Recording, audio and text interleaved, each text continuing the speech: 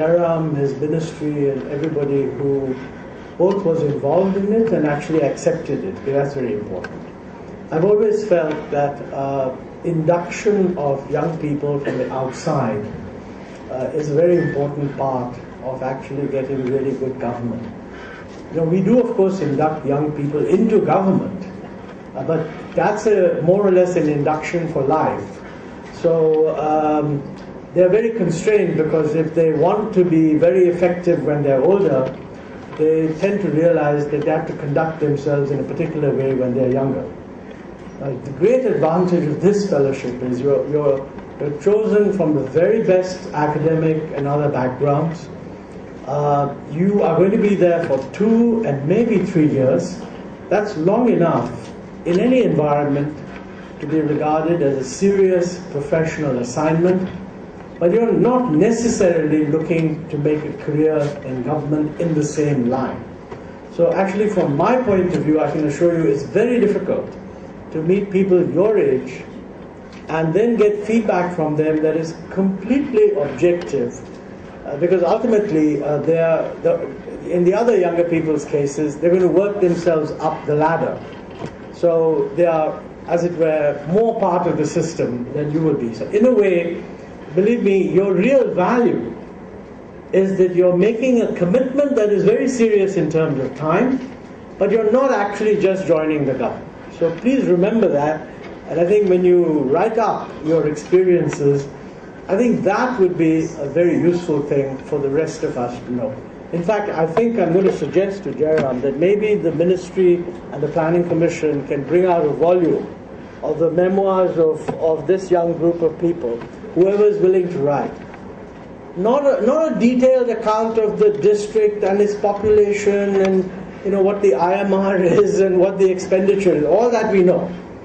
Just a memoir that, coming from your background, working in this district, what are the really interesting things that you had to see, you found, saw, felt should be done in future? So this is an open invitation. Before you, I will be in touch with Jairam on this, and I think we should put this together. In fact, the life of the UPA government is another 2 years, so we really ought to get these things at the end of 1 year and just put them together. There isn't enough thinking. Yes, this UPA. I'm very precise in what I say. So before this government's term comes to an end, I think it would be good if the first round of the PM's Rural Development Fellows give us a set of memoirs which we can put together. And I think it would actually, since it's the first time ever that such a group would have got together, it would be a volume that will attract a lot more attention than volume 2 of the same type done by your successor. So that's an invitation, and I hope you'll take it up. I think everything that needs to be said has been said, so I'm just going to share with you some perceptions that maybe of some use. The first thing is that I agree with Jairam that the use of the term integrated action plan doesn't sort of make a specific reference to the so-called Naxal-affected definition. And of course, the reason it was called an integrated action plan is that the number of districts covered is actually larger than what are strictly called the LWE districts. In fact, it was the Planning Commission that we felt that, just going to a district and because it's Naxal affected and doing something in it is not really the right approach. One should take a look at contiguous areas which share a lot in common. So by the criteria that the Home Ministry uses, the numbers would have been much less, but we broadened it, and then we're probably going to broaden it again this year. So I think that was the logic of calling it IAP. But certainly at the core of it is the fact that these are forest areas, tribal areas, and in many of them we do have the extremism problem, which the Prime Minister himself has described as a major threat to development. Now, the conventional approach to how do you deal with this problem is the sort of walking on two legs. One leg is development and the other leg is security. And of course, the funny thing about that is the development leg responds to a completely different brain, and the security leg responds to a totally different brain altogether. And somehow this is not giving a holistic picture of how do you bring these two together. And I think Jairam, when he talked about the political context, is really where you need to look at it. And I think when you look at the political context, it's really the interactions between, on the one hand, politicians thrown up by a particular political process, the administration, which in one dimension may be viewed as being completely under the control of politicians, but I mean it does have a sort of an independent existence also. The forest administration, which is a totally different thing, the police administration, which is another completely different thing, the extremists themselves, civil society organizations that bring a different perspective to bear, and finally, of course, the people. So, I mean, really, the political framework of a solution has to be one which takes all these things into account and comes out with something that will end up both promoting development and at the same time bringing the security situation under control. Now, in all of this, one very important thing for me to mention is that it's not as if the IAP program is the only source of funding for these districts. I mean, all these districts are beneficiaries of and receive funds under multiple programs. In fact, almost all of them actually are also BRGF district, Backward Regions Grant Fund districts, and receive a significant amount of money through that mechanism. The real origin of the IAP program was the perception that the other programs are very diffused, and the other programs are either controlled by the state government or subject to, of course, all kinds of central government guidelines, and part of the job of the Planning Commission is to persuade the central government that many of its guidelines are not really very useful. They don't reflect local conditions, which vary a lot. So either they're controlled by the central government or they're actually controlled by Panchayati Raj institutions. They're not actually under the control of the district administration, and I think the Home Minister had made the point to me that, you know, the rest of the system is not functioning very efficiently.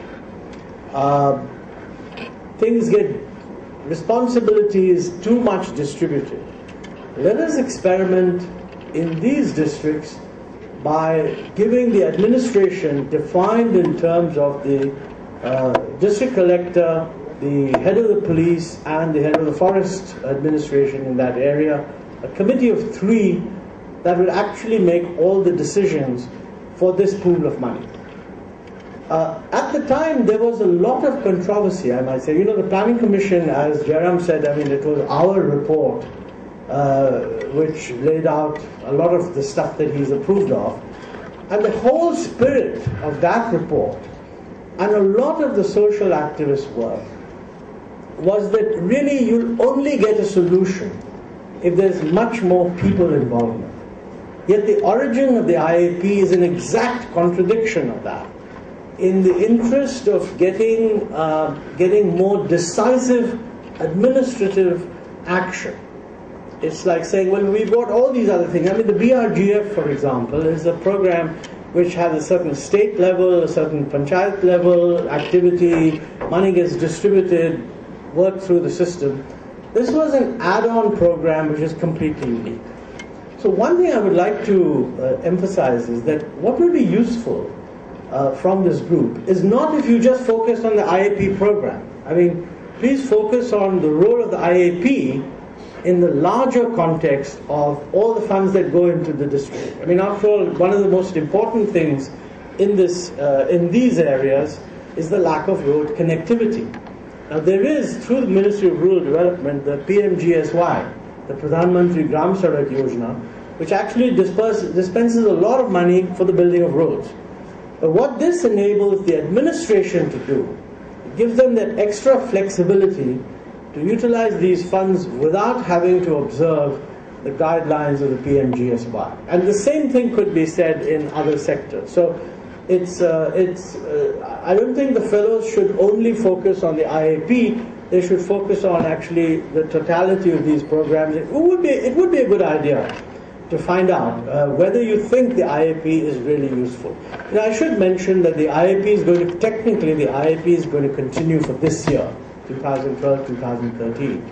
And exactly what form it will take subsequently in the last 4 years of the 12th plan is something that's going to be decided in the course of this year. Now, I participated in video conferences. We have nice video conferencing facilities in the Planning Commission, and I invite the Minister for Rural Development, anytime he wants to video conference with all of you, he can come to the Planning Commission. And I don't know how many, I think at least 50 or 60 can be tied up at any given time, and it's quite a useful way of interacting. Well, the whole point that I wanted to make in this context was that when I was interacting with the district collectors, and the Home Minister was present, and so was the Planning Secretary, I said, look, there's a contradiction. There's the BRGF, which is sort of going down the Panchayati Raj route. There's this thing, which is heavily administration-centered. And don't you think we should merge the two? Now, not surprisingly, since the people on the other side were the collectors themselves, they said, if you want to merge the two, please merge the BRGF into the IAP. Don't do it the other way around. So I think it illustrates the fact that these are difficult districts, they're difficult areas. And district collectors will actually tell you that the romanticism that is associated with the functioning of Panchayati Raj institutions is not actually misplaced, but time is not right to ensure that system will deliver. That's one view. The other view, and believe me, I have an open mind on this because I'm more than anybody else in government, I'm sort of the recipient of all kinds of views. And the other view really is that the district administration and these administrations are actually perceived as part of the problem. So as a matter of fact, if you really want success, you should do it the other way around. And quite honestly, this, for me, a fantastic experiment to have such a large number of young, independent, free-thinking, professionally qualified people who will be able to tell us at the end that if we have to merge either A into B or B into A, which one would you recommend?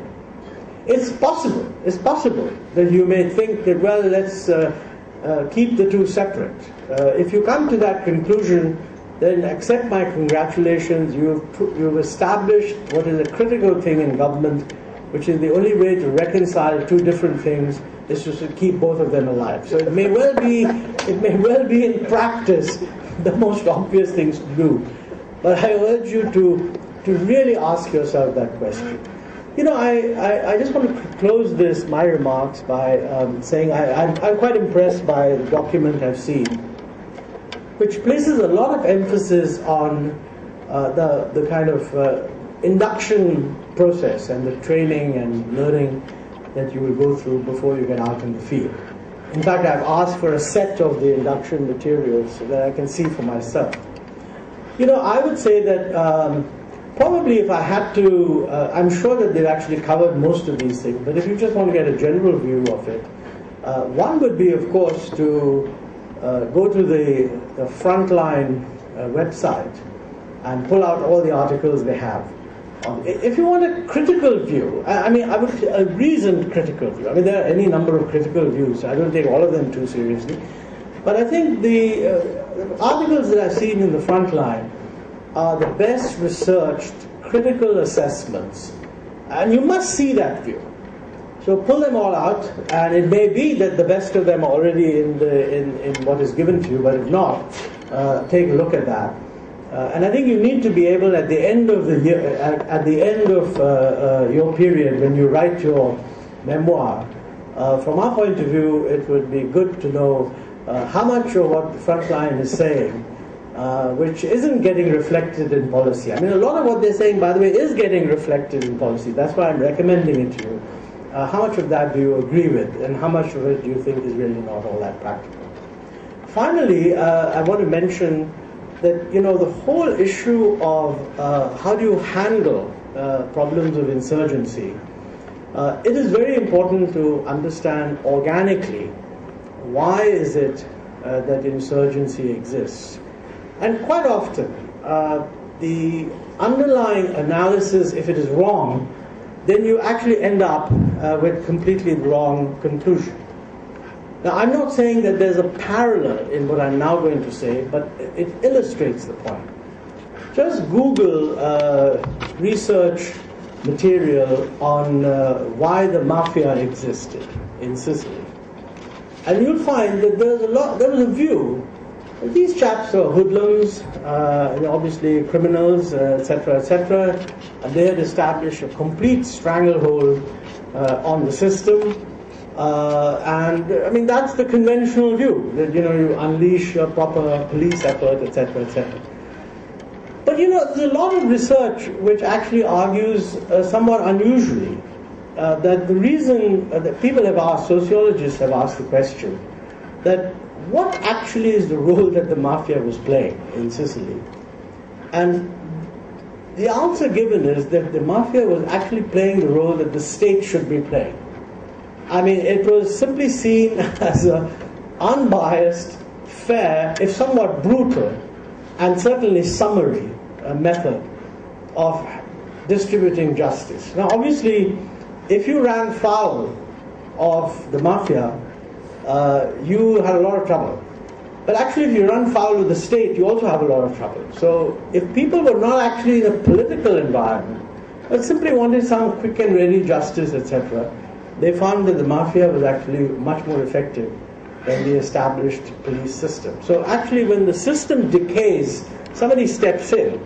Obviously, they're not democratic, obviously they're not representative, they're just functionally performing a role that is traditionally performed by the state.